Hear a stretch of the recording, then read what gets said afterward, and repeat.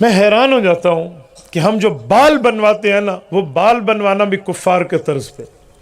میں آپ کو بال کے بارے میں حدیث سناتا ہوں۔ رسول اقدس صلی اللہ علیہ وسلم کی حدیث کیا ہے؟ نہا رسول اللہ صلی اللہ علیہ وسلم عن القضا، حدیث پاک میں ہے کہ اللہ کے رسول نے قضا کے بالوں سے منع فرمایا۔ قضا کے بال کیا ہیں؟ ایک جگہ سے چھوٹے، ایک جگہ سے بڑے۔ آج کون بندہ ہے جو سر پہ برابر کے بال رکھتا ہے؟ آپ نہیں رکھتے یار، ڈیزائن دا شوق کیا کو نہیں ہے تو ہمارے وال ایک گنوں میں برابر رکھیں، یہ اگو پیچھو ہر پاسو برابر ہے۔ لعنت ہے اس ڈیزائن پہ جو پیغمبر علیہ الصلوۃ والسلام کی سنت کی مخالف ہو جائے۔ کیا ضرورت ہے ہمیں اس ڈیزائن کی؟ ہم کون سی مانگیں نکال کے بیٹھے ہیں؟ ہم مسلمان ہیں بابا، ہمیں اللہ رسول نے ایک ایک چیز کا سمجھانے کا سبق دیا۔ ہم چاروں طرف سے برابر، آپ بڑے رکھو چھوٹے رکھو، اس سے کوئی غرض نہیں ہے، آپ رکھو جتنے رکھ سکتے ہو، لیکن چاروں طرف سے برابر رکھو۔ پتہ نہیں یہ کوئی کٹورا کٹ ہے تو کوئی پتیلی کٹ ہے تو کوئی پیالی کٹ، یہ کون سے کٹ آئے ہوئے ہیں؟ کوئی برگر کٹ ہے اور کوئی پتہ نہیں شامی کباب کٹ ہے۔ یہ کٹ نہیں ہوتے، آپ محمدی کٹ رکھیں، نبوی کٹ رکھیں، رسول اللہ کی تعلیمات کو دیکھ کر رکھیں۔ ایک بندہ مجھے کہنے لگا یہ ہن والی ایویں کپواؤں، یہ بھی شریعت کا حکم ہے؟ میں نے کہا جی ہاں، یہ بھی شریعت کا حکم ہے۔ حضرت سلمان فارسی رضی اللہ تعالیٰ عنہ کفار کے بادشاہ کے دسترخوان پہ بیٹھے تھے، جب اس کے پاس ایک وفد لے کر گئے تو اس نے اکرام کے لیے دسترخوان لگایا تو ان سے ایک نوالا نیچے گر گیا۔ سنت کیا ہے؟ جب دسترخوان پہ گر جائے، مٹی میں مل جائے، اس کی بات نہیں کر رہا، تو اسے اٹھائیں، صاف کر کے کھا لیں۔ دسترخوان پہ گرا نا، کوئی خراب نہیں ہوا، یہ ہمارے نبی پاک صلی اللہ علیہ وسلم کی تعلیم ہے۔ تو یہ اٹھانے لگے نا تو ساتھ والے نے کہا تھوڑا گزارا، یہ بھوکے لوگوں کی جگہ نہیں ہے، یہ بادشاہوں کا دسترخوان ہے، تھوڑا گزارا، یہاں نہ اٹھانا، بےزتی ہو جائے گی ہماری۔ تو انہوں نے اٹھایا، اسے صاف کیا اور کہا اترک سنت ابی القاسم لہذہ الحمقاء، مجھے کہہ رہا ہے میں حضور کی سنت ان بے وقوفوں کی وجہ سے چھوڑ دوں؟ یار یہ صحابی رسول ہے۔ اس کے بعد جب گفتگو ہوئی تو اس پادری نے، اس غیر مسلم نے ان پہ جملہ کستے ہوئے کہا کہ سلمان تمہیں تو استنجا کرنا بھی اسلام بتا رہے ہیں، یہ کون سا تمہارا دین ہے کہ یوں استنجا کرو اور یوں نہ کرو؟ ان نے سر اٹھایا اور سینہ تان کے فرمایا کہ جی ہاں، اسلام مکمل ضابطہ حیات ہے، اسلام مکمل نظام حیات ہے، ہمیں ہمارے نبی نے پاکی کے طریقے سمجھائے ہیں۔ کیسے یار اس کے جواب کو پلٹ کے جواب دیے؟ تو ہمیں ایک ایک چیز میں احکامات ہیں، ہم مسلمان ان احکام کے پابند ہیں، لیکن ہم کچھ بھی نہیں دیکھتے۔ ہم سمجھتے ہیں سر اپنا مسئلہ، چلو جی میں مرضی ہوئے کروں۔ یہ جو لوگ بھویں کٹواتے ہیں اور یہاں اس کو پتہ نہیں کیا کہتے ہیں، وہ کو کیا آدھن؟ تھریڈنگ نہیں، تھریڈنگ تو یہ بھی ہوتے، اس کی کچھ کہتے پلکنگ کہتے ہیں میرے خیال میں۔ ذوالقرن کیا آدھن کو پلکنگ کہتے ہیں نا، ہاں کچھ نہ کچھ میں کوئی یاد ہے۔ تو یہ جو کراتے ہیں نا آدھے، یہ بھویں یوں کٹوا لیں۔ حدیث پاک میں ہے، صحیح بخاری کی حدیث ہے، اللہ کے رسول صلی اللہ علیہ وسلم فرمایا لعن اللہ الواشمات والمستوشمات، کہ جو خاتون یہ کٹواتی ہے یا جو کٹوا رہی ہے یا جو کاٹ رہی ہے، ان دونوں پر میرا اللہ لعنت کرتا ہے۔ یہ لوگ کہتے ہیں مفتیوں کا فتویٰ ہے، بابا جس نبی کا کلمہ پڑھا ہے لا الہ الا اللہ محمد الرسول اللہ، اس پیغمبر صلی اللہ علیہ وسلم کا فرمان ہے اور صحیح بخاری کی روایت ہے۔ ہم نے یہاں اپنے مذہب اور دین کو کبھی نہیں دیکھا۔ اور میں ایک ساتھ سمجھانے کے لیے آپ کو بات عرض کرتا ہوں، اللہ کے رسول صلی اللہ علیہ وسلم نے فرمایا کہ جو مرد عورت کی طرح کپڑے پہنے یا عورت کے اسٹائل اپنائے، یا جو عورت مرد کی طرح اسٹائل اپنائے، فرمایا اس پر اللہ کی طرف سے لعنت ہے۔ یہ وہ نبی لعنت کی بات کر رہا ہے جس نے بارش میں بھی ابو جہل کے گھر دین کی جا کر دعوت دی ہے، جس کو اتنی فکر ہے کہ ایک بندہ جہنم سے بچ کے جنت جانے والا بن جائے۔ یہ اس نبی کا فرمان پیش کر رہا ہوں۔ تو ہم کہاں پہنچے؟ تبارك الذي نزل الفرقان على عبده ليكون للعالمين نذيرا۔ میں مبارکباد دیتا ہوں ان بچوں کو جنہوں نے یہاں اللہ کی کتاب کا ختم کیا، جنہوں نے پڑھایا، جنہوں نے پڑھوایا، جو والدین سبب بنے، یہ سارے مبارکباد کے مستحق ہیں۔ لیکن میری گزارش ہے ان کے پیرنٹس سے، میری گزارش ہے، دست بستہ استدعا ہے ان بزرگوں سے کہ اپنی اولاد کو صرف حفظ تک محدود نہ رکھیے، انہیں علم دین کے تاج سے تاج ور کیجئے, انہیں احادیث کے علوم سے بہرہ ور کیجئے, تاکہ آپ کی اولاد جیسے قرآن سنا کر آپ کے دل کو ٹھنڈا کر رہی ہے, ویسے قرآن کیا کہتا ہے احادیث کی روشنی میں آپ کے ایمان کو بھی جلا بخشے. ہمیں چاہیے ہم اپنی اولاد کو علم دین کی طرف لگائیں, حفظ کی طرف لگائیں. اور یہاں ایک گلہ کرتے ہوئے کہوں گا, ایک عجیب روش ہے آج کل لوگوں میں, اگر ترغیب دیں, بتائیں بھائی اپنی اولاد کو دین پڑھا لے, دین پہ لے آ, عالم بنا دے, تو وہ ایک سوال کرتے ہیں, کہتے ہیں ہم عالم بنانے پہ تو تیار ہیں, ہم مولوی بنانے پہ تو تیار ہیں, لیکن ہمارا سوال ہے ہمارا بیٹا کھائے گا کہاں سے؟ کھاسی کتوں صاحب, از مولوی تو بڑے نہیں ہیں, کھائے گا کہاں سے؟ ایک منٹ اس بات کو یہاں رکھ دیں, ایک ڈبہ اور کھولتے ہیں. جب کھانے کی باری آتی ہے, کم کون کھاتا ہے, زیادہ کون کھاتا ہے؟ تو ہر بندے کی زبان پہ ہوتا ہے, زیادہ کون کھاتا ہے؟ مولوی. دیکھو میرے کہنے سے پہلے آپ بول اٹھے, مولوی زیادہ کھاتا ہے. میں نے کہا بھائی یہ دو باتیں اکٹھی ہو سکتی ہیں؟ بھی کھاتا زیادہ مولوی ہے تو پھر بچوں کو مولوی بنا لو. ادھر کہتے ہیں کھائے گا کہاں سے, ادھر کہتے ہیں جی مولوی کھاتا زیادہ ہے. سنو میرے بھائیوں, آپ اپنی اولاد کو عالم بنائیے, خدا کی قسم رزق اس کے پیچھے پیچھے چلے گا. یہ کیسی بات ہے یار, یہ کیسی بات ہے؟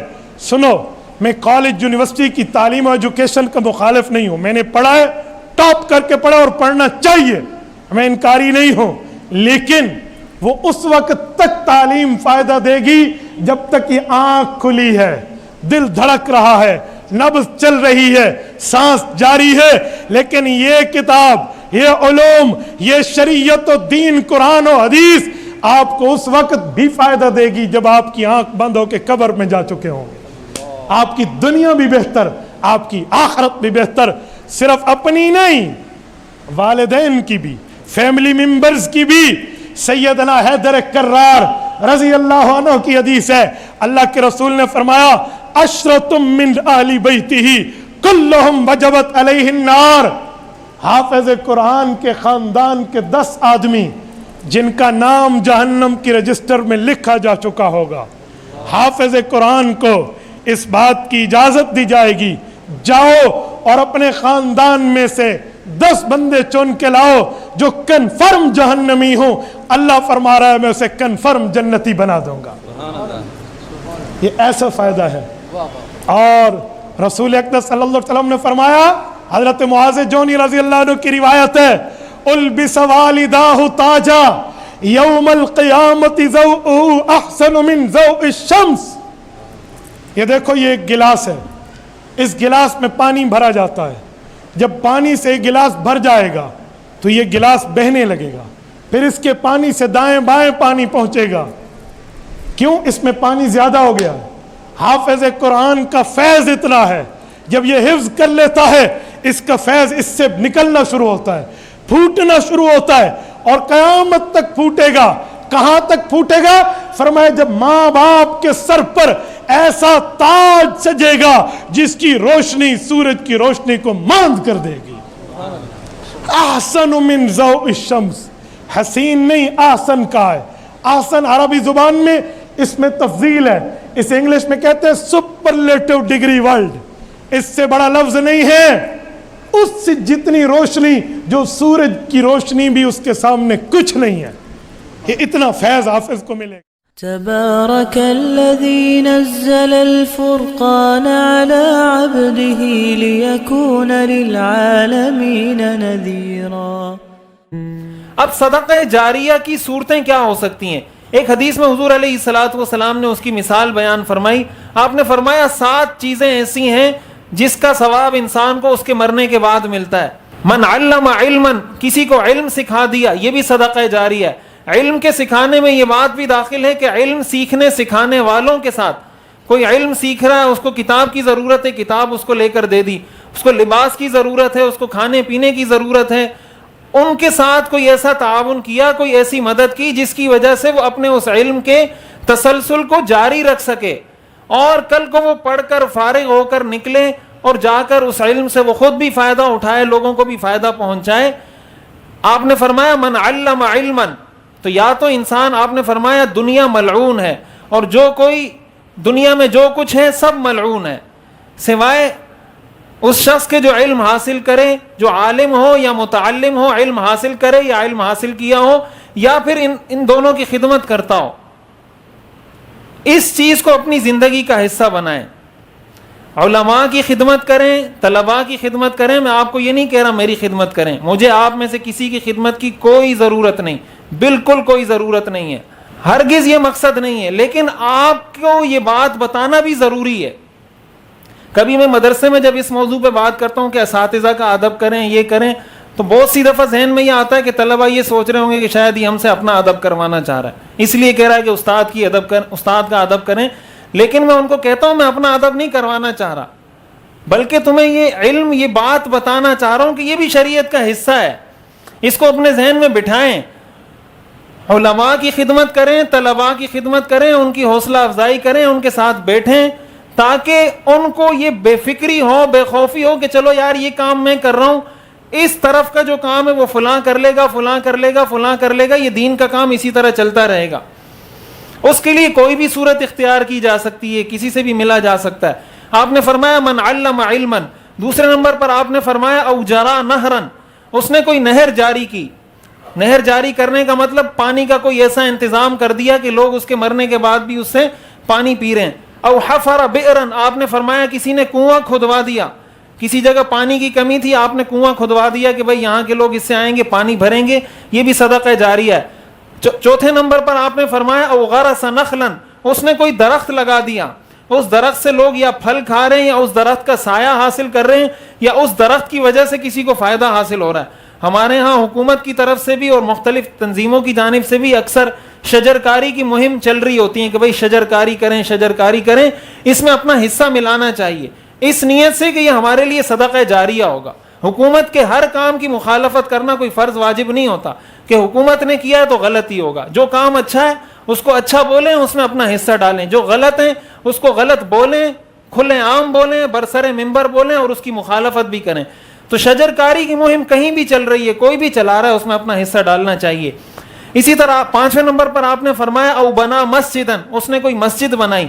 چھٹے نمبر پر آپ نے فرمایا او ورث مصحفن، اس نے اپنی میراث میں قرآن چھوڑا، کسی جگہ قرآن کا ہدیہ دے دیا، قرآن کے کچھ نسخے دے دیے کہ بھئی قرآن کے یہ نسخے میں نے دے دیے، اس میں لوگ قرآن کی تلاوت کریں گے، اس کا ثواب بھی اس کو ملتا رہے گا۔ ساتویں نمبر پر آپ نے فرمایا او ترک ولدا یستغفر له بعد موته، یا ایسی اولاد چھوڑ کر گیا جو اولاد اس کے لیے اس کے مرنے کے بعد استغفار کرتی رہے اور اس کے لیے مغفرت کی دعا کرتی رہے۔ آپ نے فرمایا یہ وہ چیزیں ہیں جس کا ثواب انسان کو وقت مرنے کے بعد بھی ملتا رہتا ہے، لیکن یہ سارے کام آپ نے اپنی زندگی میں کرنے ہوں گے۔ آج سے ہم لوگ یہ سوچیں، اس پر غور کریں کہ میں نے مرنے سے پہلے ایسا کوئی کام دنیا سے کر کے جانا ہے جو میرے لیے میرے مرنے کے بعد صدقہ جاریہ ہو، اور یہ اسی وقت کرنا ہے۔ انت صحیح شحیح تخشى الفقر وتأمل الغنى، کہ تندرستی بھی ہو، دل خرچ کرنے کو چاہ بھی نہ رہا ہو، یہ بھی ڈر ہو کہ خرچ کروں گا تو غریب ہو جاؤں گا، اور یہ بھی ذہن میں ہو کہ خرچ نہیں کروں گا تو پیسہ بہت رہے گا۔ ان چاروں اس صورتحال کے اندر جب انسان خرچ کرتا ہے، حضور نے فرمایا یہ سب سے افضل ترین صدقہ ہے۔ ہم میں سے ہر شخص کو یہ کوشش کرنی چاہیے، چاہے وہ عمر کے کسی بھی حصے میں، موت کا کسی کو کچھ نہیں پتا، کب کس کو موت آنی ہے اور اس کے مرنے کے بعد پھر کیا ہوگا کچھ نہیں پتا۔ لہٰذا جو عمر کے جس حصے میں، وہ اس پر سوچے، اس پر غور کرے کہ میں ایسا کیا کام کر سکتا ہوں جو میرے مرنے کے بعد میرے لیے صدقہ جاریہ ہو، مجھے کسی کی ضرورت نہ ہو۔ اللہ تعالی ہمیں سمجھنے اور عمل کرنے کی توفیق عطا فرمائے۔ وآخر دعوانا ان الحمدللہ۔ السلام علیکم ورحمۃ اللہ وبرکاتہ، نحمده ونصلی علی رسوله الکریم، اما بعد، قال اللہ تبارک وتعالی یا ایہا الذین آمنوا اتقوا اللہ وکونوا مع الصادقین۔ پچھلی دو مجلسوں اور نشستوں میں تقویٰ کے تعلق سے الگ الگ باتیں عرض کی گئی۔ پہلی نشست میں تقویٰ کی تعریف اور دوسری نشست میں قرآنی آیات کی روشنی میں تقویٰ کے 14 فائدے عرض کیے گئے۔ اب اس تیسری نشست میں دو باتیں تقویٰ کے تعلق سے عرض کی جائے گی۔ نمبر 1 تقویٰ کے درجات اور نمبر 2 یہ تقوی کہاں ملے گا، یہ تقوی حاصل کرنے کے لیے ہمیں کیا کرنا ہوگا۔ پہلی بات، تقوی کے 3 درجات ہیں۔ تقوی کا پہلا درجہ یہ ہے کہ بندہ اپنے آپ کو کفر اور شرک سے بچا لے۔ دوسرا درجہ یہ ہے کہ ایمان والا بندہ ہر چھوٹے بڑے گناہ سے، صغیرہ کبیرہ گناہ، ہر ایک گناہ سے اپنے آپ کی حفاظت کر لے، اپنے آپ کو محفوظ کر لے، جنت کا حقدار ہو جائے، یہ دوسرا درجہ ہے۔ اور تیسرا اعلیٰ ترین درجہ تقوی کا یہ ہے کہ اپنے دل و دماغ کو، اپنی ذات کو غیر اللہ کے تصور سے خالی کر لے، ہر وقت اللہ کا تصور اور دھیان، وَتَبَتَّلْ إِلَيْهِ تَبْتِيلًا، سب سے ہٹ کٹ کر اسی کی جناب میں متوجہ ہو جائے، اسی کے در پر جا کر پڑ جائے، یہ تقوی کا اعلیٰ درجہ اللہ تعالی ہم سب کو نصیب فرمائے۔ اسی طرح دوسری بات یہ عرض کرنی ہے کہ یہ تقوی ہمیں کہاں ملے گا۔ اللہ عز و جل نے اس کی اہمیت کا اندازہ لگائیں۔ قرآن مجید میں ایک جگہ پر فرمایا وَلَقَدْ وَصَّيْنَا الَّذِينَ أُوتُوا الْكِتَابَ مِن قَبْلِكُمْ وَإِيَّاكُمْ أَنِ اتَّقُوا اللَّهَ۔ نصیحت کو وصیت کے لفظ سے فرمایا۔ وصیت بالکل امپورٹنٹ اور زندگی کی آخری بات کو کہا جاتا ہے۔ اللہ تبارک و تعالیٰ نے تقوی کی وصیت فرمائی، اور اسی طرح رسول اللہ صلی اللہ علیہ وسلم نے حجۃ الوداع کے موقع پر بھی امت کو تقوی کی نصیحت اور وصیت فرمائی، اور اکابر امت اور اہل اللہ کا اس بات کا اہتمام رہتا ہے کہ وہ اپنی امت، اپنی قوم کو، اپنے متعلقین کو، اپنے مسترشدین کو جب بھی نصیحت فرماتے ہیں تو تقوی کی نصیحت فرماتے ہیں۔ عربی میں جملہ ارشاد فرماتے ہیں اوصیکم بنفسی وتقوی اللہ، میں اپنے نفس کو اور تم سب کو تقوی کی وصیت کرتا ہوں۔ مختصر نصیحت کرنی ہو تب بھی تقوی کی نصیحت کی جاتی ہے۔ تو بہرحال یہ تقوی ہمیں کہاں ملے گا، تقوی کیسے حاصل ہوگا، اس کا ایک ذریعہ تو روزے کی آیت نے بتا دیا، لعلکم تتقون، روزے سے تم کو تقوی ملے گا۔ نمبر 2، دوسرا تقوی کہاں ملے گا؟ عطر کی دکان پر ملتا ہے، کپڑا کپڑے کی دکان پر ملتا ہے، تقوی والوں کی دکان پر ملے گا۔ یا ایھا الذین آمنوا اتقوا اللہ وکونوا مع الصادقین، تقوی اختیار کرو۔ کہاں ملے گا؟ سچوں کی صحبت میں جاؤ، اہل اللہ کی صحبت میں جاؤ، صادقین کی صحبت میں جاؤ، وکونوا مع الصادقین۔ بہت سارے لوگوں کو اعتراض ہوتا ہے کہ آج وہ سچے لوگ کہاں ہیں، کس کے پاس ہم جائیں؟ یہ غلط بات ہے، کیونکہ یہ آیت ہمیشہ قرآن مجید میں رہنے والی ہے، اور کونوا مع الصادقین کا حکم قیامت تک رہنے والا ہے۔ تو اس آیت سے ثابت ہوا کہ صادقین قیامت تک رہیں گے، اگرچہ ہے کم لیکن ضرور ہے، وہ تلاش کر کے ان کی صحبت اور خدمت میں ہمیں پہنچ کر تقوی کو لینا ہے۔ تو دوسرا مقام تقوی ملے گا صادقین اہل اللہ کی صحبت میں۔ تیسری بات، بری صحبت سے اپنے آپ کو بچانا، بری سنگت اور برے دوستوں سے اپنے آپ کو بچانا، ہمارے بڑے جو ہمارے خیر خواہ ہو ان کی نصیحت کو سننا، آنکھوں سے آنسوؤں کا جاری ہونا، نصیحت کا برا نہ لگنا، دل میں یہ جذبہ نہ آئے۔ آج ہمارے جوان کو ہمارے ماں باپ جب نصیحت کرتے ہیں، کوئی بات کہتے ہیں تو دل پر برا لگتا ہے، دل یہ کہتا ہے ناصحہ مت کر نصیحت، دل میرا گھبرائے ہے، ناصحہ مت کر نصیحت، دل میرا گھبرائے ہیں، میں اسے سمجھوں ہوں دشمن جو مجھے سمجھائے ہے۔ سمجھانے والا برا لگنے لگ جائے تو یہ دل کے مردہ ہونے کی علامت ہے۔ جس کا دل مردہ ہوگا اس کو تقوی نہیں ملے گا۔ اللہ تعالیٰ سے قلب سلیم، قلب منیب مانگنے کی ضرورت ہے، صحیح سالم دل مانگنے کی ضرورت ہے، جس کے نتیجے میں ہمیں تقوی کی دولت ملے۔ تو اسی طرح تیسری بات بری صحبت سے اپنے آپ کو بچانا۔ چوتھی بات حرام غذا سے اپنی حفاظت، حلال کا اہتمام، حرام سے حفاظت، اس سے بھی تقوی ملے گا۔ پیٹ میں حرام کا لقمہ ہوگا تو تقوی کی دولت نہیں ملے گی۔ اسی طرح اللہ عز و جل نے ایک جگہ پر فرمایا اتقوا اللہ وقولوا قولا سدیدا، سیدھی بات کہو، درست بات کہو۔ متقی جو ہوگا وہ ایچ پیچ نہیں کرے گا، بات کو ادھر ادھر گھمائے گا نہیں، ٹو دا پوائنٹ بات کرے گا، بات میں جھوٹ نہیں لائے گا، صحیح اور درست اور سچی بات کہے گا۔ تو جھوٹ کو اپنی زندگی سے، غلط بیانی کو اپنی زندگی سے ختم کریں تو اس سے بھی ہمیں اپنی زندگی میں تقوی نصیب ہوگا۔ اسی طرح تقوی ایک اور اس کا حاصل ہونے کا ذریعہ یہ ہے کہ ہم دعاؤں کا اہتمام کریں، کوشش بھی کریں، یہ اسباب بھی اختیار کریں اور اللہ عز و جل سے تقوی مانگیں۔ یہ تقوی کی دعا کا اہتمام سنت سے ثابت ہے۔ امام المتقین جناب محمد رسول اللہ صلی اللہ علیہ وسلم اللہ سے تقوی مانگ رہے ہیں، اللہم انی اسألک الہدا والتقا۔ جب امام المتقین امام الانبیاء رسول اللہ صلی اللہ علیہ وسلم اللہ سے تقوی مانگ رہے ہیں تو ہماری کیا اوقات ہے؟ اسباب بھی اختیار کریں اور ٹوٹ کر اللہ عز و جل سے تقوی مانگے۔ وہ دینے والی ذات ہے۔ جب بندہ دنیا مانگتا ہے تو وہ مصلحت دے کر دیتا ہے، مصلحت نہیں ہوتی ہے تو نہیں بھی دیتا ہے، لیکن جب بندہ ٹوٹ کر اس اللہ عز و جل سے تقوی مانگتا ہے اور آخرت مانگتا ہے، دین اور شریعت مانگتا ہے تو اللہ عز و جل وہ ضرور عنایت فرماتے ہیں۔ اللہ تبارک و تعالیٰ سے دعا ہے اللہ تعالیٰ ہم سب کو اپنا تعلق نصیب فرمائے، متقیوں کی صحبت نصیب فرمائے، تقوی اختیار کرنے کے اسباب نصیب فرمائے، تقوی کے جو تینوں درجات ہیں اس کو حاصل کرنے کی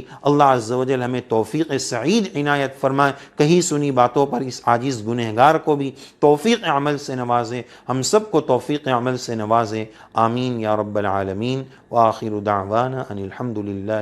گزار کی گئی تھی۔ آج کی اس نشست میں قرآن مجید کی آیات کی روشنی میں تقوی حاصل کرنے کے بعد، تقوی حاصل ہو جانے کے بعد 14 فائدے 14 آیات کی روشنی میں 14 فوائد ایسے ذکر کیے جائیں گے جو تقوی پر ملتے ہیں اور اللہ عز و جل نے قرآن مجید میں اس کو ذکر فرمایا ہے، جو آیات سے ثابت ہوتے ہیں۔ ترتیب وار ہم اس کو سمجھتے ہیں۔ اس میں سے تقریباً 4 فوائد 28ویں پارے کی سورہ طلاق میں موجود ہیں۔ نمبر 1، یجعل لہ مخرجا۔ تقوی کی برکت سے اللہ عز و جل راستے نکالتے ہیں، راستہ آسان فرما دیتے ہیں۔ آدمی پریشان ہو جاتا ہے کہ اب اس سے نکلنے کی کوئی شکل نہیں ہے، کوئی سبیل نہیں، پتہ نہیں میرا کاروبار کیوں ایسا ہو گیا کہ معاملہ ڈیل ہوتے ہوتے رہ جاتی ہے، اکثر بات اٹک جاتی ہے، کیا وجہ ہے؟ تو اللہ عز و جل تقوی کی برکت سے وہ راستے نکالتے ہیں۔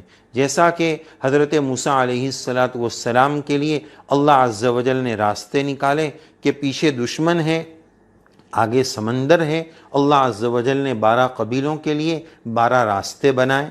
رسول اللہ صلی اللہ علیہ وسلم سیدنا حضرت ابوبکر رضی اللہ عنہ غار ثور میں موجود ہے، دشمن آ گیا ہے، موجود ہے۔ حضرت ابوبکر رضی اللہ عنہ ڈر رہے ہیں کہ دشمن نے اگر اپنے پاؤں کی طرف دیکھا تو ہمیں دیکھ لیں گے، لیکن اس موقع پر بھی نبی کریم علیہ السلام امام المتقین صلی اللہ علیہ وسلم فرما رہے ہیں لا تحزن ان اللہ معنا، نہ ڈریے اللہ ہمارے ساتھ ہے۔ یہ تقوی کی برکت ہے کہ اللہ عز و جل نے راستے نکالے۔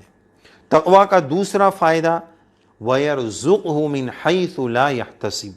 آج کا ہر انسان روزی کے تعلق سے پریشان رہتا ہے، اسباب کے درجے میں وہ محنتیں کرتا ہے، فکریں کرتا ہے۔ اللہ کا کلام ہے، اللہ تعالیٰ کا وعدہ ہے کہ تقوی پر ہم ایسا رزق دیں گے لا یحتسب، اس کا گمان بھی نہیں ہوگا، تصور بھی نہیں ہوگا۔ اللہ والوں کو، متقیوں کو، اہل اللہ کو اللہ عز و جل کھلاتے ہیں، اور کہاں سے اللہ عز و جل ان کو رزق عنایت فرماتے ہیں انسان اس کا تصور نہیں کر سکتا ہے۔ تو دوسرا فائدہ آیات کی روشنی میں تقوی سے اللہ تعالیٰ روزی کا غیبی نظام عنایت فرماتے ہیں۔ تیسرا فائدہ وَيَجْعَلْ لَهُ مِنْ أَمْرِهِ يُسْرًا، راستہ اس کے لیے آسان فرما دیتے ہیں۔ بہت سارے راستوں میں انسان پریشان ہوتا ہے، یہ راستہ اختیار کرے، اس کام کا وہ راستہ اختیار کرے، صحیح راستہ اللہ تعالیٰ اس کو سجھا دیتے ہیں۔ تقوی کا چوتھا فائدہ اللہ عز و جل قرآن مجید میں ارشاد فرماتے ہیں یکفر عنہ سیئاتہ ویعظم لہ اجرا، اس کے سیئات، اس کے گناہ کا کفارہ ہو جاتا ہے۔ پچھلی زندگی میں اس نے جو کچھ کیا ہے اللہ اس کو معاف فرما دیتے ہیں، اس کے اجر کو بڑھا دیتے ہیں۔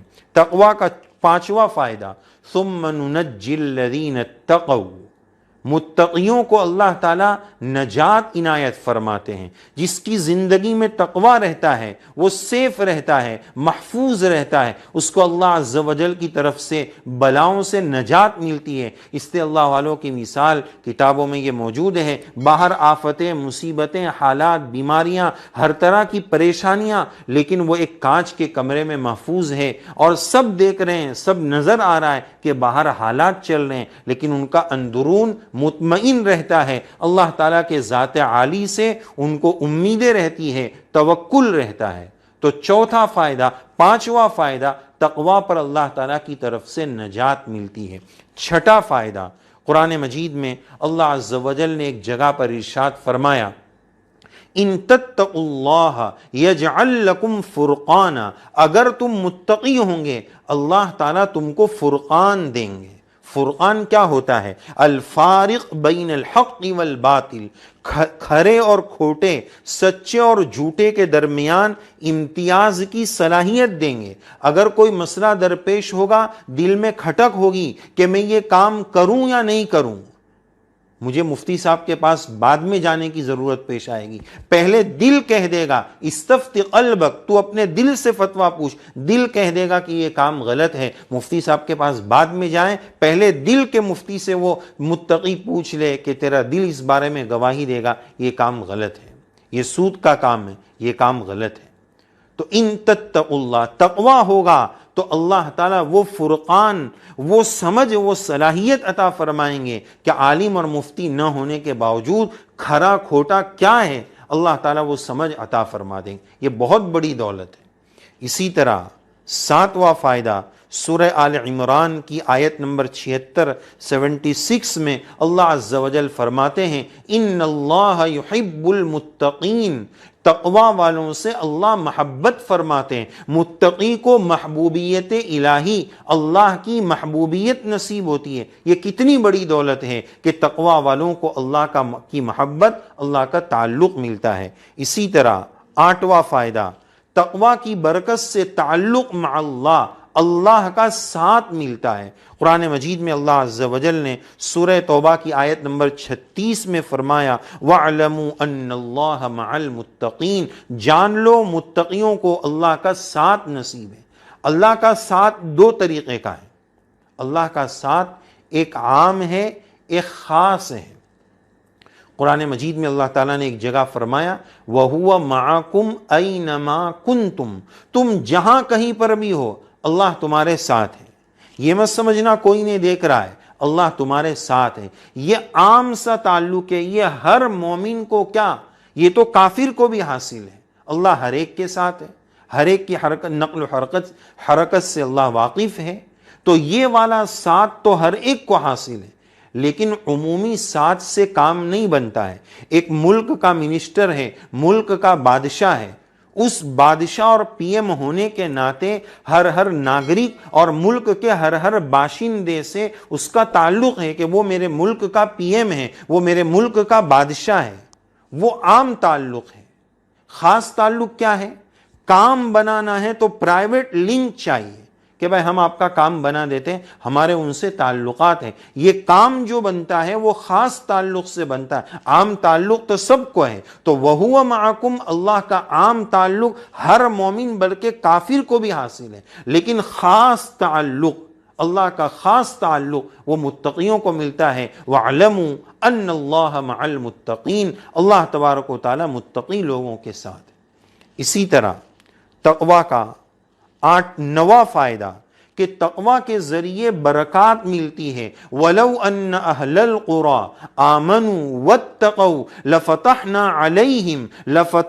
عَلَيْهِمْ بَرَكَاتٍ مِّنَ السَّمَاءِ, اگر اس بستی والے ایمان قبول کر لیتے, متقی ہو جاتے, ہم آسمانوں سے ان پر برکتیں نازل کرتے. تو آسمانی برکات کا نزول تقوی کی دولت کے ساتھ ملتا ہے, متقی لوگوں کو ملا کرتا ہے. اسی طرح تقوی کا 10واں فائدہ, دنیا اور آخرت کی خوشی ملتی ہے. الذین آمنوا وَكَانُوا يَتَّقُونَ لَهُمُ الْبُشْرَى فِي الْحَيَاةِ الدُّنْيَا وَفِي الْآخِرَةِ، جنہوں نے ایمان قبول کیا، تقوی پر قائم رہے، ان کو دنیا اور آخرت میں خوشی نصیب ہوگی۔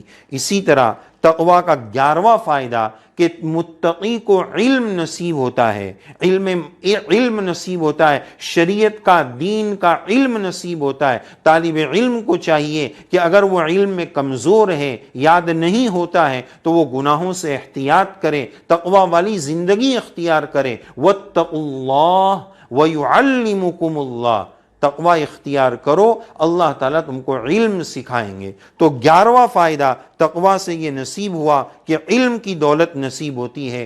12واں فائدہ انما یتقبل اللہ من المتقین، اللہ تبارک و تعالیٰ اعمال کو تقوی کی برکت سے قبول فرماتے ہیں۔